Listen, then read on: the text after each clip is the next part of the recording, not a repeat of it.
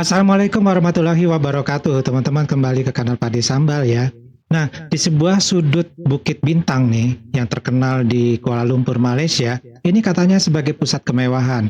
Ada seorang tunawisma, ini duduk dengan kebingungan ya, mungkin sedang istirahat atau mungkin sedang memikirkan kenapa dia ditendang oleh anak muda pekerja kedai cepat saji di daerah itu. Kita saksikan videonya.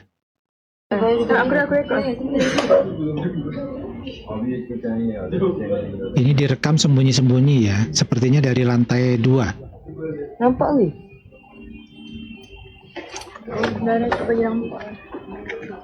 Itu datang lagi temennya tuh. 2. Wah, gila. Dia nampak. Beneran ditendang. Dia nampak.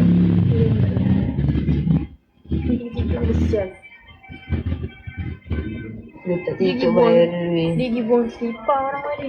Ini fakta negaraku Malaysia. Sembang sana sini cakap besar, tak ingat dunia, tak ingat mati, kasihan rakyat Malaysia.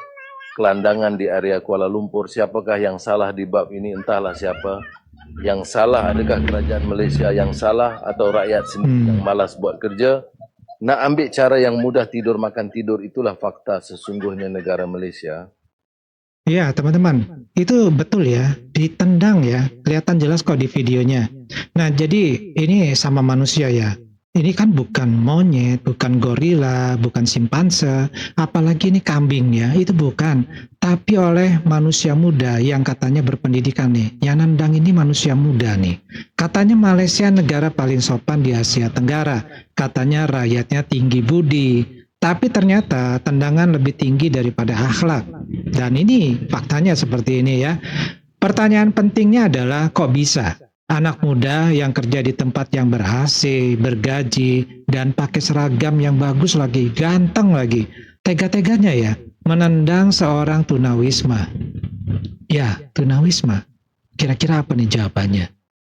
Mungkin karena mereka terlalu lama nonton TikTok toksik ya, atau karena waktu sekolahnya dulu pelajaran moral dilewatkan gara-gara ikut latihan nari flash mob buat kemerdekaan ya.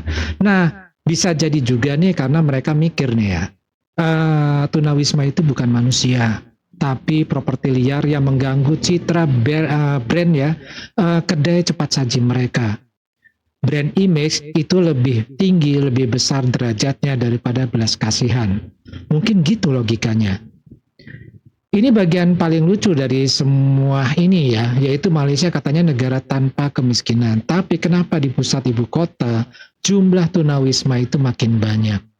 Oh ya, mereka lupa klarifikasi. Tak ada rakyat miskin. Benar, itu maksudnya yang miskin tak dianggap sebagai rakyat. Ini logika yang sempurna ya. Jadi kalau nggak kita akui, artinya kan nggak ada. Benar itu sih benar ya. Sama kayak orang buang sampah ke sungai lalu bilang begini, sungai kita bersih karena kita cuma buang sampah, bukan tinggal di situ. Iya benar ya. Nah, dalam narasi resmi tunawisma di Kuala Lumpur itu bukan orang Malaysia, tapi warga asing ilegal.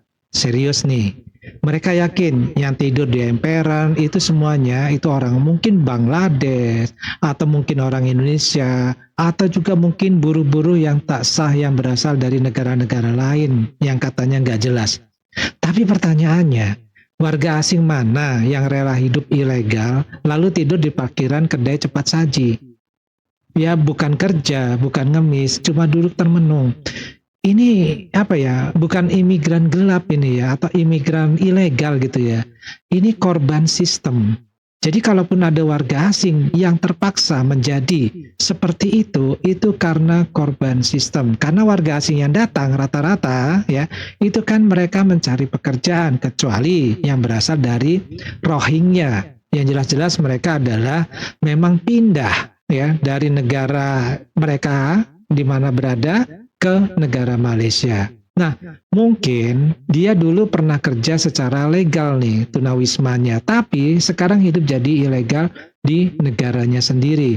Karena harga rumah itu udah kayak harga kapal selam gitu ya. Nah, Malaysia ini senang tampil dengan indah. Gedung tinggi-tinggi, mall megah-megah, mobil kinclong, tapi sayangnya kemiskinan tidak bisa disensor pakai filter IG ya. Nah, tunawisma tidak akan hilang hanya karena kalian bilang itu bukan rakyat kami. Sama seperti bilangnya begini, menyapu debu di bawah karpet, mungkin nggak? Susah kan? Atau bikin toilet wangi tapi salurannya mampet. Nah, yang lebih lagi nih, nolak miskin, tapi lupa subsidi beras sendiri malah dari Thailand. Nah, kenapa ada pemuda yang punya kerja, pendidikan, tapi tega menendang? Ya, karena akhlak itu tidak diajarkan lewat ijazah, tapi lewat empati. Dan empati, ini sayangnya ya, itu tidak ada di kurikulum kompetitif yang isinya cuma ranking, SPM, dan KPI. Jadi kalian dididik untuk kompetisi, bukan untuk jadi manusia. Ya, pendidikan ya tanpa akhlak. Hasilnya seperti ini, bukan manusia modern, tapi robot bermerek lokal. Negara yang katanya bersih dari kemiskinan, tapi jalanannya penuh dengan tunawisma. Pemuda yang katanya terdidik, tapi menendang sesama manusia. Citra yang katanya indah, tapi lapis luarnya doang.